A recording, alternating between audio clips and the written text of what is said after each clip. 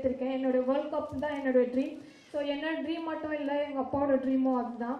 So அவர் ஒரு பொண்ணாக இருந்து அவரோட கனவை நான் நிறைவேற்றிருக்கேன்னு சொல்லும் போது எனக்கு ரொம்ப பெருமையாக இருக்குது.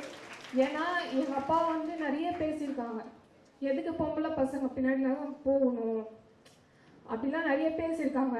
ஏன்னா பொண்ணு பின்னாடி இப்படிலாம் சுற்றுறாங்க, ஆட்டோ தான் ஓட்டுறாரு எங்கள் அப்பா. ஆனால் நிறைய பேசியிருக்காங்க.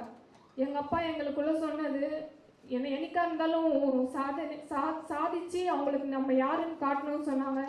என்னுடைய 13வது வருஷத்தில் நான் என்னுடைய வேர்ல்ட் கப்பை வின் பண்ணேன். எங்களுடைய தெருவே எங்களை வந்து திருவிழா மாதிரி கொண்டாடினாங்க. அதுதான் எனக்கு ரொம்ப பெருமையாக இருந்தது. யார் யாரெல்லாம் எங்கள் அப்பாவை பேசினாங்களோ இப்போல்லாம் எங்கள் அப்பா போனாலே எந்திரிச்சு நின்று அவருக்கு வந்து மரியாதை கொடுக்குறாங்க. இப்போ நாங்கள் வந்து நான் பிறந்ததுலேருந்து, என் அண்ணன் பிறந்ததுலேருந்து, எங்கள் அக்கா பிறந்ததுலேருந்து நாங்கள் வாடகை வீட்டில் தான் இருந்தோம். இப்போ நான் வேர்ல்ட் கப் வின் பண்ணி என் அப்பாவுக்கு ஒரு சொந்த வீடு வாங்கி கொடுத்துருக்கேன்னு சொல்லும்போது ரொம்ப பெருமையாக இருக்குது. நான் வேர்ல்ட் கப் வின் பண்ணிட்டு வந்ததுக்கு அப்புறமா எனக்கு டெப்டி சிஎம் சார் 1 கோடி ரூபாய் கொடுத்துருக்காங்க. அது மட்டும் இல்லாமல் வேலம்மாள் ஸ்கூலில் எனக்கு 15 lakhs கொடுத்துருக்காங்க. நெக்ஸ்ட் அதே மாதிரி நான் படிக்கிற ஜஸ்டிஸ் பசீர் சையத் அஹமத் காலேஜில் எனக்கு 5 lakhs கொடுத்துருக்காங்க.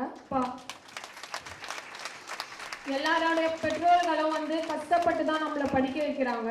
யாரும் வந்து எடுத்தோடனே இருந்தாங்கம்மா அப்படின்னு சொல்லிட்டு கொடுத்துட்டு நீங்கள் வந்து நினச்சிப்பீங்க அப்பா அம்மா நம்மளுக்கு காசு கொடுத்துட்டாங்கன்னு. அவங்க எவ்வளோ கஷ்டப்படுறாங்களுக்கு அவங்களுக்கு மட்டும்தான் தெரியும். அந்த விதத்தில் எங்கள் அப்பா எவ்வளோ கஷ்டப்பட்டாருன்னு எனக்கு தெரியும். நிறைய பேர் வந்து ஸ்கூலில் வந்து டூரு கூப்பிடுவாங்க, எல்லா இடத்துக்கும் கூப்பிடுவாங்க, எல்லாருமே போவாங்க. ஆனால் நான் மட்டும் போக மாட்டேன். ஏன்னா எனக்கு சாதிக்கணும்னு இருந்தது. எல்லாருமே டூருக்கு போகிற நேரத்தில் நான் ப்ராக்டிஸ் பண்ணேன். அதனால தான் இந்த ஸ்டேஜில் வந்து நான் நின்று இப்போ பேசிகிட்டு இருக்கேன். எங்கள் அப்பா நிறைய சொல்லியிருக்காரு, பணம் இன்னைக்கு வரும் நாளைக்கு போவோம், ஆனால் சாதனை நீ போனதுக்கு அப்புறமும் உன்னை பேசும் அப்படின்னு சொல்லியிருக்காங்க. அதுதான் வந்து இப்போ நான் இங்கே எல்லாருக்குமே சொல்லிக்கிறேன், பணம் இன்னைக்கு வரும் போவோம், ஆனால் உங்களோட சாதனை நீங்கள் இல்லாததுக்கு அப்புறமும் உங்களை எல்லாருமே பேசுவாங்க. நான் பிறந்திருக்கேன்றதுக்கு வந்து இப்போ நான் நிரூபிச்சிருக்கேன். காசிமா பிறந்தா ஒரு வேர்ல்ட் சாம்பியன், ஆனால் அவங்க அப்பா வந்து தலை நிமிர்ந்து நிற்க வச்சிருக்கான்னு இப்போ பேசுகிற அளவுக்கு நான் இருக்கேன். ஸோ நீங்களும் வந்து உங்கள் அப்பா அம்மாவை பெருமைப்படுத்தணும்னு பாருங்கள். உங்கள் அப்பா அம்மா பெருமைப்படுத்தினதை நீங்கள் வந்து தலை நிமிர்ந்து நிற்கணும்னு பாருங்கள். உங்கள் அப்பா அம்மா உங்களை கஷ்டப்பட்டு படிக்க வைக்கிறாங்கன்னா அவங்களால படிக்க முடியல, நீங்கள் படித்து முன்னேறி வரணுன்றது தான். எங்கள் அப்பா அம்மா வந்து அதுதான் இப்போ பண்ணிட்டு இருக்காங்க. எங்கள் அக்கா பிகாம் முடிச்சாங்க, எங்கள் அண்ணன் பிஏ முடிச்சு, என் அண்ணன் ஒரு ஜூனியர் நேஷனல் சாம்பியன். அவரை பார்த்து தான் நான் கேரம் விளையாட ஸ்டார்ட் பண்ணேன். அவரும் இங்கே தான் உட்காந்துட்டு இருக்காரு. ஒரு சூழ்நிலைக்காக தான் நான் கேரம்குள்ளே வந்தேன். ஏன்னா லாக்டவுன்லாம் வந்து எங்களால் எதுவுமே பண்ண முடியல. எங்கள் அப்பா டிவிக்கு தான் எங்களெல்லாம் பார்த்துக்கிட்டாரு. அந்த நேரத்தில் நான் சொன்னேன், எங்கள் அண்ணனால் வந்து கண்டினியூ பண்ண முடியல கேரம். ஸோ ஏன்னா குடும்ப சூழ்நிலை அந்த மாதிரி மாதம் 8000 ரூபாய் கட்டணும் நாங்கள்.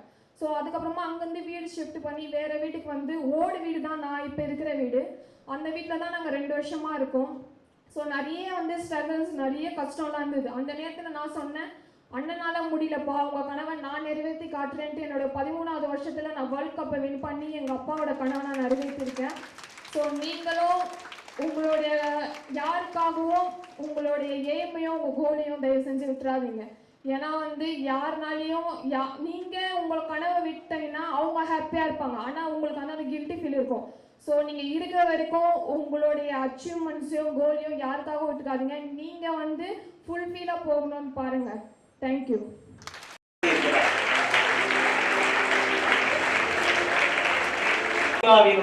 அப்பாவிற்கு வழங்குகிறார். இவ்வளவு அமைதியா இருக்கிறீங்க, இவ்வளவு பெரிய விஷயம். உங்க ரேஞ்சுக்கு 10 லட்சம் சாதாரணமா இருக்கலாம், எங்களை மாதிரி ஏழைக்கெல்லாம் அது பெரிய விஷயம் தான். கேரம்ல ரெட் காயின் போட்ட பிறகு ஃபாலோ அப் அப்படின்னு ஒண்ணு போட்டாதான் ரெட் காயினுக்கே வேல்யூ. நசீமா இங்க வந்து